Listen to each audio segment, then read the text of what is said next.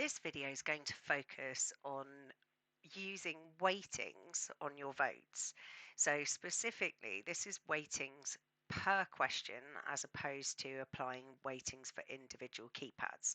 So what I mean by that is if you're running a meeting like an AGM, for example, you may have taken postal votes in advance, and those are going to vary by each motion. So in my example here, the proxy votes on the day are going to be 9 votes for, 1 vote against, and no abstentions for motion 1.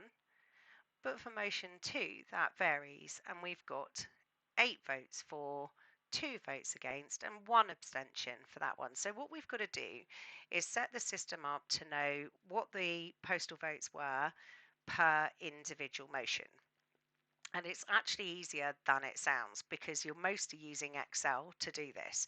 So the first thing to do, as with all of your ClickerPad voting presentations, is make sure that you are saving your files locally on your laptop and not in a location that is backed up to OneDrive. It's quite common for people's desktop even to be backed up to OneDrive. So to be safe, where I keep mine is I've just created a folder on my C drive that's called voting files. So I know that anything that's sitting in there is not going to be grabbed by OneDrive while I'm trying to work on it. This is always important when you're voting because you're asking two different pieces of software to communicate with each other. So if you start syncing during that process, you can run into a lot of error messages. In this example, it's particularly important because we're also referring to a second file. So in my folder, you'll see I've got one PowerPoint presentation, which is my example slides that we were just looking at. And then I've also got a file that's in Excel, which is my PP Vote participant list. So this is the one that we need to set up for all of our weightings. And it's really quite straightforward. So let me just open that one up. So each slide has an ID. This is the slide ID that we can find via the ClickerPad menu, not the slide number. And that's really critical because if you do reorder the motions for any reason, it will take this ID with it. So the slide number will change, but the slide ID will not. It's fixed. So in this example, for slide ID number 300, I'm saying give the proxy keypads a weighting of 0. So no matter what the person voting in the proxies does on the day, these will all come up as 0 for the postal votes.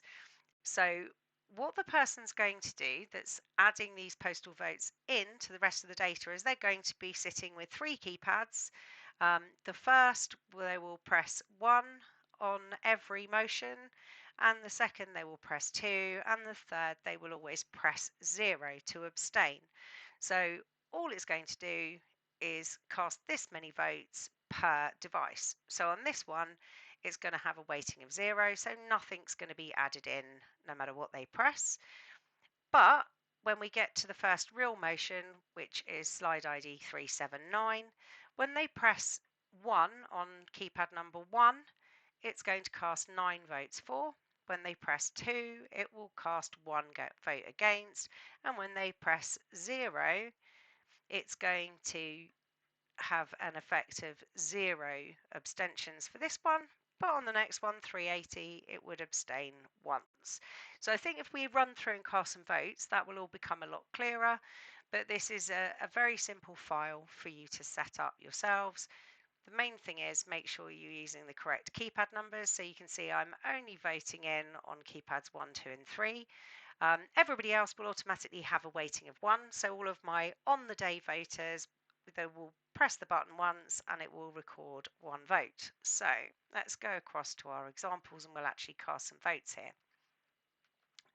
So our first slide, I'm just going to go into the slide info so you can see whereabouts that slide ID is. So we go to add-ins, ClickerPad, help, slide info, and we can confirm that that one is slide ID 300. If we press next, it'll go and look at slide number 2. So let's do that. And that is slide ID 379. Now I'm not going to go through and check all of these now, but let's just refer back to our Excel. So on the first one, slide ID 300, we're applying no proxies, 379. We've got 9 for, 1 against, and no abstains. So let's go and vote on those and see what happens. So close this down. In order to start voting, we need to go full screen on PowerPoint as though we're presenting. I'm just going to pop in a new slide so we can just see that it doesn't affect any of our slide IDs when we do this. So let's start from the welcome slide and cast some votes. So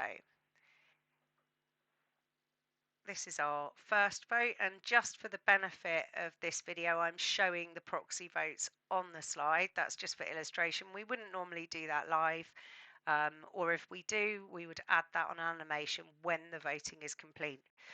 But so I'm just going to grab keypad 1 and I'm going to vote 1 for, and then keypad 2 to vote against, and then I'm going to vote 0 to abstain on keypad 3. So it's cast 3 votes there. Now, if it reads our participant list correctly, those 3 votes will not appear in our end results because they've all got a weighting of 0. So I'm now going to take keypads 4, 5 and 6 and pretend that these are my live on the day keypads. So these are my actual voters in the room. And I'm going to vote 4 on keypad 4. So 1 for yes on keypad 4, and then keypad 5, I'm going to vote 1 for yes as well. But on keypad 6, I'm going to say 2 for no. So if it's read everything correctly, what we're going to see is 2 votes yes, 1 vote no, and the keypads 1 to 3 that were set up for our proxies won't appear at all. So let's see what we get. So exactly right, 2 people have voted for, 1 person has voted against, and we have no abstentions. So it has ignored keypads 1 to 3, which is exactly what the participant list was telling it. So now let's go into one where we have got some postal votes that are being voted by proxy. So on motion 1, I'm going to take keypad 1 and press 1. Keypad 2, I press 2. Keypad 3, I press 0. So keypads 1 to 3, just to reiterate, those would be managed by 1 person on the day of the AGM that has the right to vote those postal votes in by proxy. So generally that is somebody sat at the tech desk doing just that process. So they always vote 1 on keypad 1, 2 on keypad 2 and 0 on keypad 3. So we've got those 3 votes in, and now I'm going to abstain on keypad 4. So that's my first pretend on the day voter. Keypad 5 is going to vote no, and keypad 6 is going to vote no. And then we'll just see what results we get on that one. And this time it should have counted all of our proxies. So we'll close that off and go to our graph. Okay, so none of my live on the day voters voted 1 for yes, but they did abstain and they did vote no.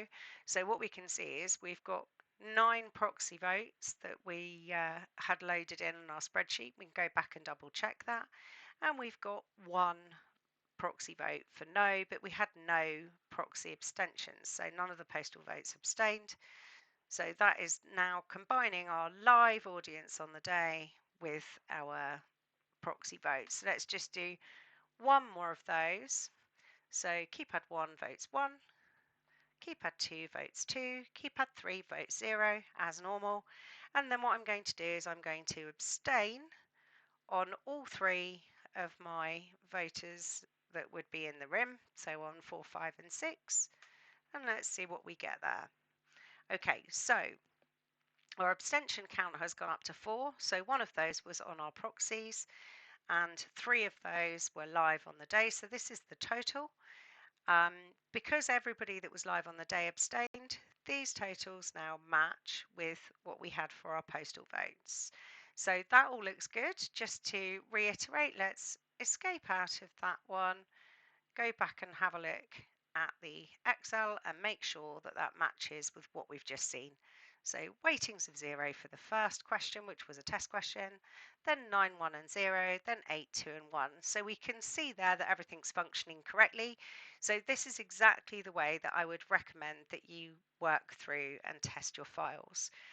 If you go in and change anything on the slides, it's absolutely fine because this document isn't even reading the questions. So there's no problem with you coming into here and editing the text. So if you do need to make changes, that's fine. It won't affect your slide ID. So it really is as simple as that. But the key thing to remember is it's only going to work if you've got the PowerPoint and the participant list both in the same file. Some of you may have noticed that we've now got an additional file that wasn't there before we voted. That's our backup of our voting data.